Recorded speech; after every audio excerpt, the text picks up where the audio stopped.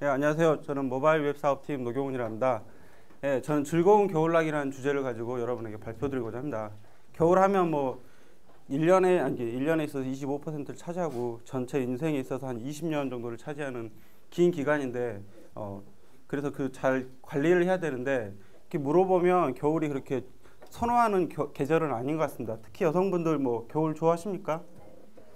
일부는 좋아하시는데 대부분들은 싫어하시고 아예 끔찍히도 싫어하시는 분들이 많습니다. 특히 겨울이 되면 보통 다 실내에서 이렇게 거주하면서 그냥 눈으로서 즐기거나 실내에서 즐기기를 좋아하고요.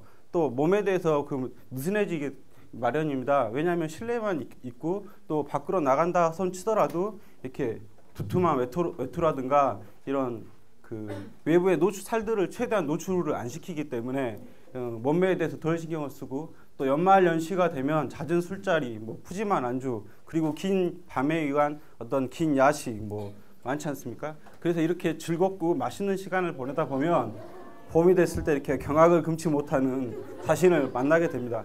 평균적으로 한 5에서 10kg까지도 찐다고 하기 때문에 저는 이제 즐거운 겨울을 나기 게 참 그 개인을 관리하는 데 있어서 중요하다고 생각을 해서 발표를 하게 됐습니다. 아이아코카는 인생은 그 5개의 공을 가지고 하는 저글링 게임이다. 그래서 일과 가족, 건강, 친구, 그리고 정열이 그것이다라고 말을 하고 있고요. 그래서 이러한 것들을 저글링 게임을 잘 하기 위해서는 무엇보다도 균형이 필요하다고 말을 합니다. 특히 몸과 마음 그리고 사람 간의 어떤 관계를 잘 유지할 수 있는 균형 감각을 갖고 절제된 생활을 해야 된다고 말을 하는데요.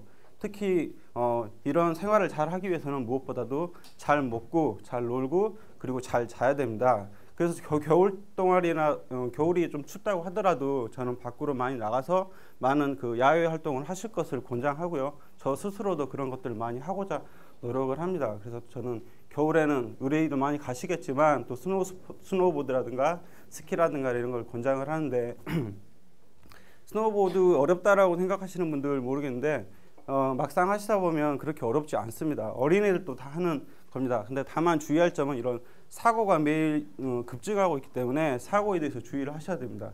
근데 사고에 대해서 무심히 생각하는 게 슬로프의 눈들을 보고 푹신할 거다라는 어떤 착각을 하시기 때문에 그런 거거든요.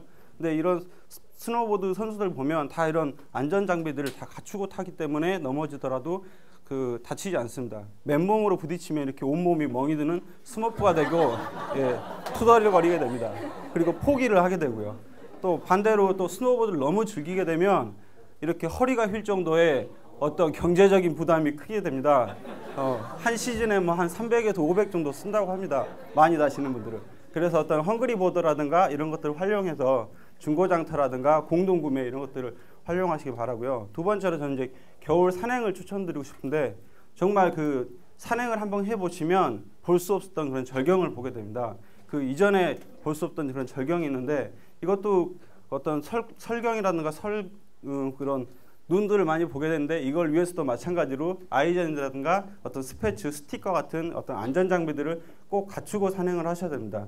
근데 흔히들 생각하실 때 어떤 사고라든가 이런 거에 대해서 나는 무슨 일 있겠어, 크지 않을 거야 라는 예외라고 생각을 하시는데 이런 경우가 생깁니다.